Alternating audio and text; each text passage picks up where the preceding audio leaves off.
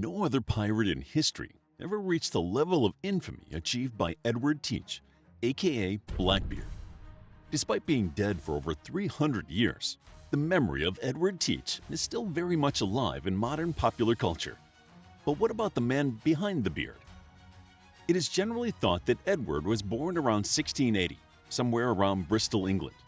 As was customary for pirates, Edward Teach may have been an assumed name, and many surname variations are recorded, including THACHE, TACHE, and THACHE. Historian Colin Woodward is adamant that he went by THATCH, and that an error by a newspaper reporter in the Bristol News Letter started the misnomer that he was known as Teach. When researching Blackbeard, Woodward found that accounts in which he was referred to as Edward Thatch came from those who knew him. Spelling had yet to be standardized, and people's names were often spelled phonetically. This inconsistency, coupled with the variety of accents at the time, could explain the assortment of surnames attributed to the famous pirate. This confusion adds to the mystique and makes it impossible to find any record of Blackbeard's alter ego. However, the name Thatch does appear in Bristolian census rolls in the early 18th century. According to Robert Earl Lee, the author of Blackbeard the Pirate, Teach, or Thatch, was born into an intelligent and well-to-do family, making it more likely that his name was an alias. Lee was also the person to pinpoint Blackbeard's approximate date of birth, as he deduced that Blackbeard would have been between 35 to 40 when he died. In truth, not much is known about Edward's youth, other than that he went to sea at a young age. By the time he was in his early 20s, he was a privateer in the West Indies. He possibly arrived on a merchant vessel or slave ship, and by 1706 he was based in Jamaica. Genealogist and historian Baylis Brooks found compelling evidence suggesting Edward might have had a family living in Jamaica. He found a record of Edward and Lucretia Thatch and their son, Cox Thatch, in the Jamaican settlement of Spanish Town in 1700. Brooks believes that Thatch and Thatch were interchangeable names and common variants of Teach. As there had been a 1739 report that an English visitor to Jamaica had members of the late Blackbeard, Brooks concluded that this Edward Thatch was the father of the famed buccaneer. Edward Thatch was a captain and a man of status who had been wed twice before marrying Lucretia. Brooks also discovered a document from 1706 written on a Royal Navy ship by Edward Thatch's son, also named Edward Thatch. In the text, Thatch the Younger relinquishes any right to his dead father's Jamaican estate, leaving it to his stepmother for the love and affection I have for and bear towards my brother and sister Thomas Thatch and Rachel Thatch. Brooks theorizes that Thomas and Rachel were Edward's half-siblings. While there is no solid proof that Brooks's findings relate to Blackbeard, the evidence is captivating.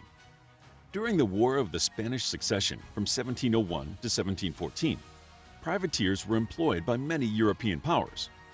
Privateers were essentially pirates who had the backing of their monarch. They were free to plunder the ships and settlements of rival countries without the fear of reprimand from their native governments. Privateering was a profitable yet shady business. The privateers sailed in privately owned armed ships and were indistinguishable from other pirates.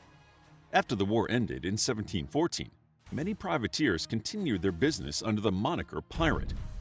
The man who would become Blackbeard was among this number. The first time Blackbeard came onto the scene as a fully blown pirate was serving under Benjamin Hornigold. Hornigold was another ex-privateer and apprenticed Edward in piratical ways. These men, amongst many others, were drawn into piracy when a fleet of Spanish ships was wrecked in a hurricane on Florida's Atlantic coast in 1715. The ships were loaded with treasure, causing many seafarers to descend on the area. Seeing potential in Edward, Hornigold soon elevated him to captain and gave him his own vessel and a small crew. In 1717, they sailed together across the Caribbean Sea and plundered any ship they came across. During this time, they came across Stede Bonnet, the gentleman pirate, a plantation owner from Barbados.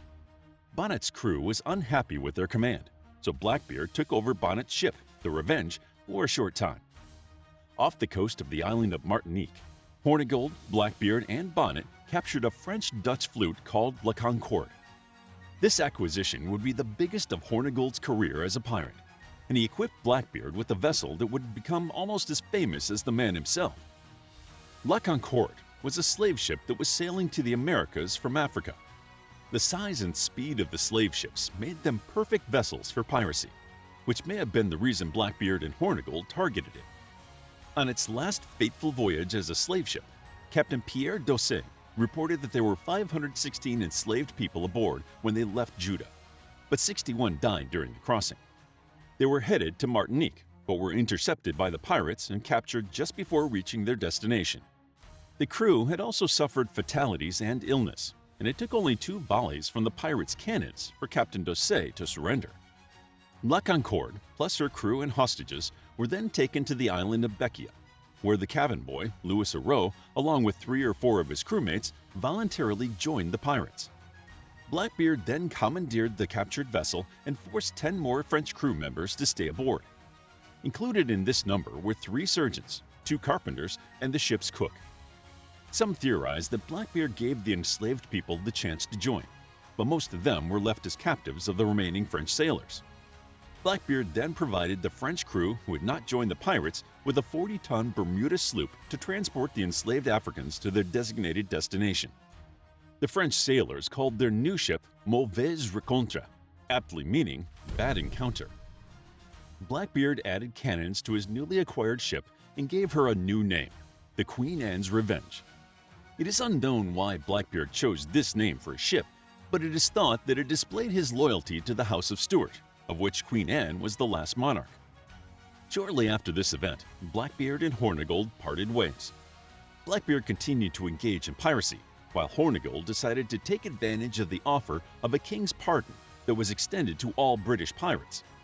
Around this time, Blackbeard and Stede Bonnet also parted ways, although the two would meet up again in March 1718. Bonnet failed to capture a ship, and his crew left to join Blackbeard.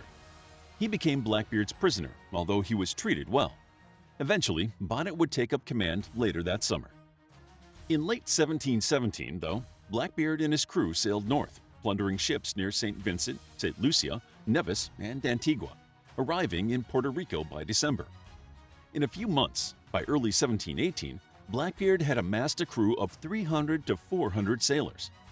He had cultivated his signature look of long black hair and a huge black beard tied with ribbons by this time. This fearsome-looking man's reputation soon grew, probably due to his theatrical flair of adding fuses to his wild hair and lighting them before an attack, so thick smoke encircled his face. The version of the Jolly Roger attributed to Blackbeard was probably the least jolly of all the variations. Blackbeard's flag depicted a skeleton with horns, holding an hourglass in one hand while the other held a spear pointed at a bleeding heart. Supposedly, this signaled to Blackbeard's victims that their time was running out, and death awaited any who resisted. However, the first appearance of this design is in an article published in 1912 and was only associated with Blackbeard much later, so it is impossible to verify whether this was actually the flag he flew.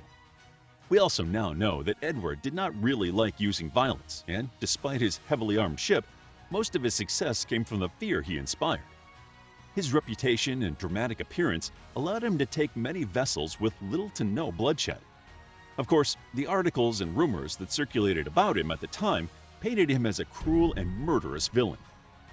By April 1718, Blackbeard's crew were in the Bay of Honduras, where they captured a sloop named Adventure and forced the captain, David Harriot, to join them.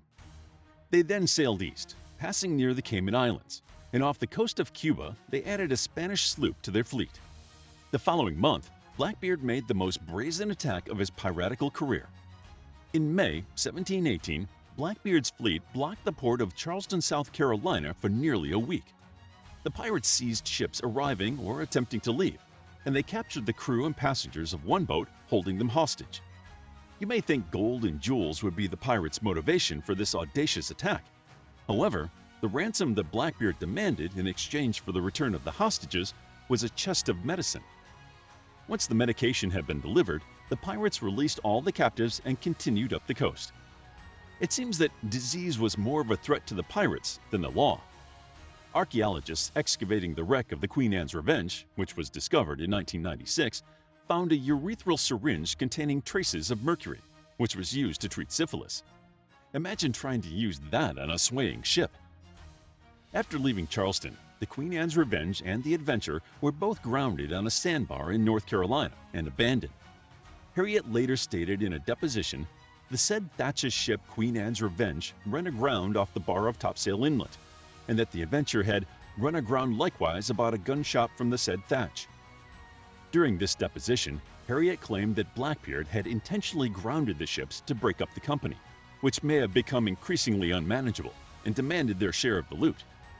Blackbeard left some pirates stranded and absconded with a smaller hand-picked crew and most of the valuable plunder. Blackbeard and his select crew sailed to Bath to meet with Governor Charles Eden. The relationship between Eden and Blackbeard has been much speculated, with some thinking they were close friends and others believing they merely had a working relationship. Eden granted the king's pardon to Blackbeard and his crew, doubling the population of Bath and adding citizens that had valuable combat experience to the populace. The fact that these newcomers also brought considerable wealth probably helped ingratiate them into the community. It seemed that Edward's piratical career was over. He married a local girl and set up a house on Oricoke Island, becoming a model citizen for about a minute. Soon, Blackbeard was back at sea. He returned to Bath with a ship he claimed to have found deserted and floating in the ocean. Whether anyone believed this was a moot point, as Blackbeard was granted salvage rights of the vessel and legally allowed to keep the ship's cargo of sugar and cocoa. This allowance was more likely aided by some barrels of sugar being given as bribes to the authorities. However, Blackbeard's salvation lasted just about as long as his civilized life. Governor Alexander Spotswood of Virginia was less amicable to the pirates, as were many powerful traders who saw piracy as undermining their legitimate business. Spotswood dispatched Lieutenant Robert Maynard and a British naval force to deal with Blackbeard and his crew, offering £100 for the capture of Edward, dead or alive. Blackbeard had less than 30 men at his command when he boarded his sloop to face the British force. On November 22, 1718, the British ships ran aground on a sandbank, and Blackbeard fired his cannons at the stranded vessels. One of the ships, commanded by Lieutenant Robert Maynard, drifted toward Blackbeard's ship. The pirates boarded the boat and a bloody battle broke out. This battle would be the deadliest of Blackbeard's career, and one that he would not survive. It was recorded that Blackbeard stood his ground and fought with great fury, till he received 25 wounds and 5 of them by shot. At length, as he was cocking another pistol, having fired several before, he fell down dead. About a year after Blackbeard began his solo piratical career, he was dead, and his head hanging from the bowsprit of Maynard's sloop. The stories and legends relating to Blackbeard make it impossible to know the truth behind the man and his time as the most feared pirate that sailed the 7 seas. Some say he was a heartless cutthroat who routinely tortured those aboard any ship he targeted. Others think he was an intelligent and well-educated man who didn't kill anyone until his final battle. Regardless of the long-obscured reality, the myth of Blackbeard endures and continues to fascinate to this day. To learn more about pirates, check out our book, The Golden Age of Piracy, a captivating guide to the role of pirates in maritime history during the early modern period, including stories of Anne Bonny, Sir Francis Drake, and William Kidd. It's available as an ebook, paperback, and audiobook. Also, grab your free Mythology Bundle ebook while it's still available. All links are in the description. If you enjoyed the video, please hit the like button and subscribe for more videos like this.